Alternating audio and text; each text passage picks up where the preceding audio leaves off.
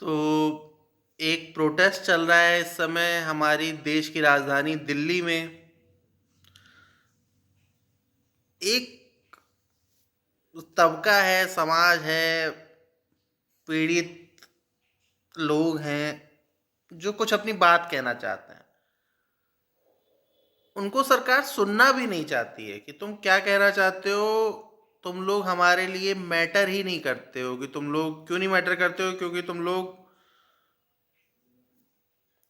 किसी की आज़ादी नहीं मांग रहे हो, भारत माता के टुकड़े नहीं कर रहे हो, तुम हमारे लिए वैल्यूएबल नहीं हो। तो वो कहते हैं ना कि जो है, अगर आपको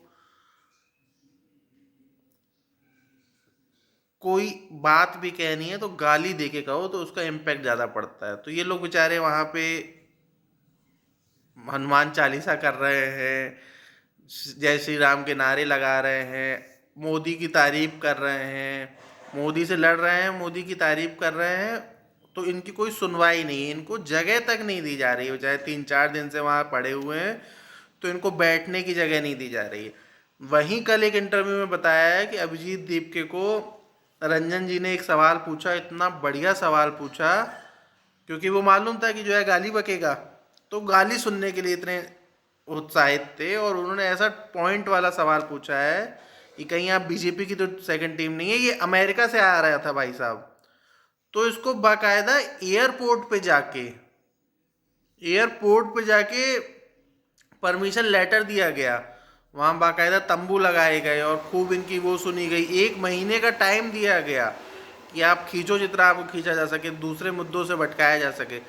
तो जिन लोगों की, कौन है वहाँ पे राजपूत समाज है, कौन है वहाँ पे ब्राह्मण समाज है, कौन है वहाँ पे बनिया समाज है, कौन है वहाँ पे SC ST में जो सही में प्रताड़ित हो रहा है, जिसको रिफॉर्म की ज़रूरत है, जिसके दादा लेबर थे, जिसके पिताजी लेबर थे, वो खुद लेबरी कर रहा है, उसका फ़ायदा कोई और SC ST उठा ले रहा है, उसको तक नहीं फ़ायदा मिल रहा। जो OBC में जो फ़ायदे वाले लोग हैं, वो लोग क्या मांग रहे हैं? वो लोग ये मांग रहे हैं कि आर्थिक स्थिति पे आप जो है आरक्षण कर दो।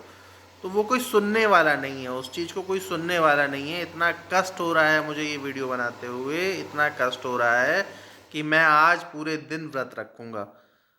मैं और कुछ तो कर नहीं सकता इस वीडियो बनाने के अलावा, और अपने आप को बताने के अलावा कि आज का समाज क्या है। कि अगर आप अच्छाई से, ईमानदारी से, प्यार से किसी से कोई बात कहना चाहते हो, तो कोई आपका सुनने वाला नहीं है।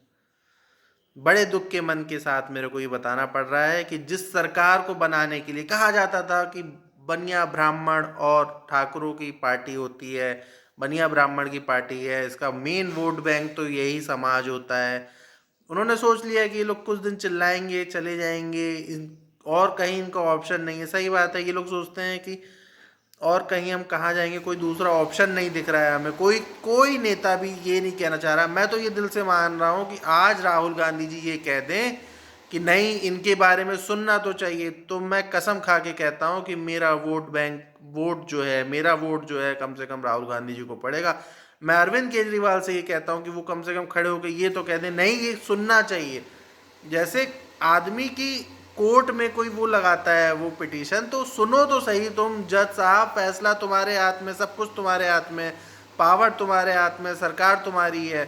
लेकिन कम से कम उन आदमियों का कष्ट तो सुनो। वो राजपूत समाज है जिन्होंने अपनी पूरी जमीन सरकार को दे दी, सीजिंग एक्ट लाया गया तो उनकी पूरी जमीन ले ली गई। उन्होंने क्या कष्ट सहे होंगे, क्या दिए होंगे, वो तो पता नहीं। आज की स्थिति ये है कि मैं जितनों को जानता हूँ कि सीजिंग एक्ट के कारण एकड़ों में जमीन दे दी गई उनसे। अब वो बोल रहे हैं कि भैया हमारी आने वाली पीढ़ी को तो कम से कम सामान्य दो, अब हम पिछड़ गए हैं, हमारी तुमने सब कुछ, या तो हमारी वो जमीन वापस कर दो, या तो हमारा वो पावर वापस कर दो, हम फिर से संघर्ष कर लेंगे।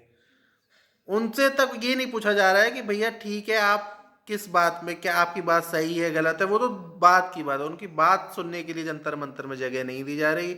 बहुत दुख है मुझे। और आप लोग भी जितना आपसे मदद, जो उस तरह की मदद हो सके वो करिए।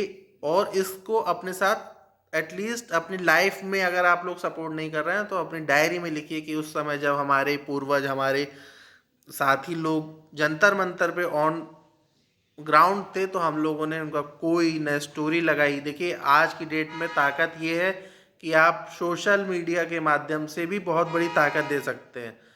आप इकोनॉमिकली उनको बहुत बड़ी ताकत दे सकते हैं। आपका वोट और आपका योगदान उनके लिए बहुत फ़ायदेमंद रहेगा, उनको ताकत मिलती है जो हमारे लिए संघर्ष कर रहे हैं, आपके लिए संघर्ष कर रहे हैं। तो मेरा निवेदन यही है कि कम से कम आप लोग